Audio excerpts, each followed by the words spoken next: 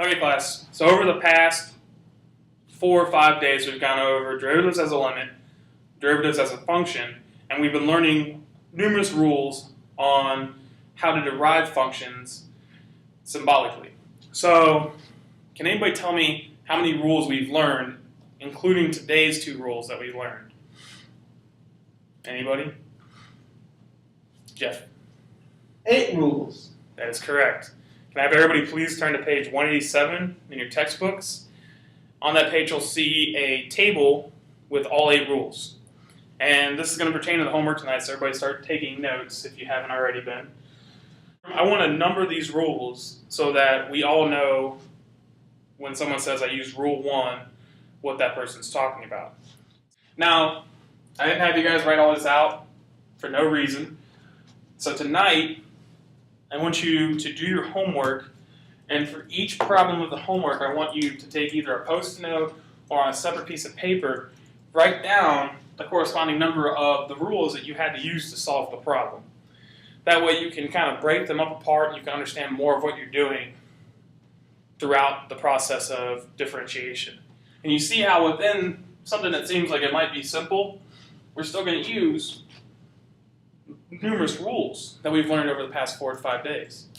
So these are very important. That's why I want you tonight, I'm going to take credit on these. I'm going to collect these Post-it notes. I want to go over this first thing tomorrow morning as well, because this is a basic foundation for what we're going to learn for the rest of the semester, and you really need to have a good grasp of this.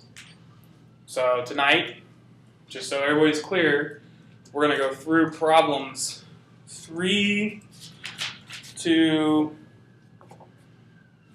30. Problems 3 through 30. And for each one, you're going to tell me what rules you use to differentiate it. This lesson featured the Post-it note strategy as a useful way to recall the multi-level steps of differentiation. Students were made aware from the beginning of the lesson how the 8 rules would tie into their homework and that they would be using the Post-it note strategy. This helps guide student thinking so that they can use their Post-it notes effectively later on when they complete the assignment.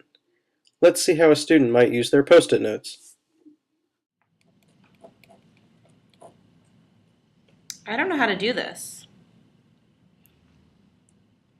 Use your Post-it notes to review problems and rules used. Oh. Rules 1, 4, 5. Students use Post-it notes while completing their homework, but they also serve as a great resource after the homework is complete. Students can refer back to their textbook at a later time to remind themselves of how each problem may require several rules of differentiation. Post-it notes are a great way for students to interact directly with the textbook without marking directly in it, which is important for the textbooks to be used in the future. Post-it notes were designed to list only the number assigned to each rule during class. This is helpful for everyone just learning the many derivative rules, but especially helpful for ELLs. This way, they do not have to struggle with the rigorous academic content language of the rule names, but can easily show their knowledge of the rules. Overall, Post-it notes work perfectly to consolidate all of the information learned in class.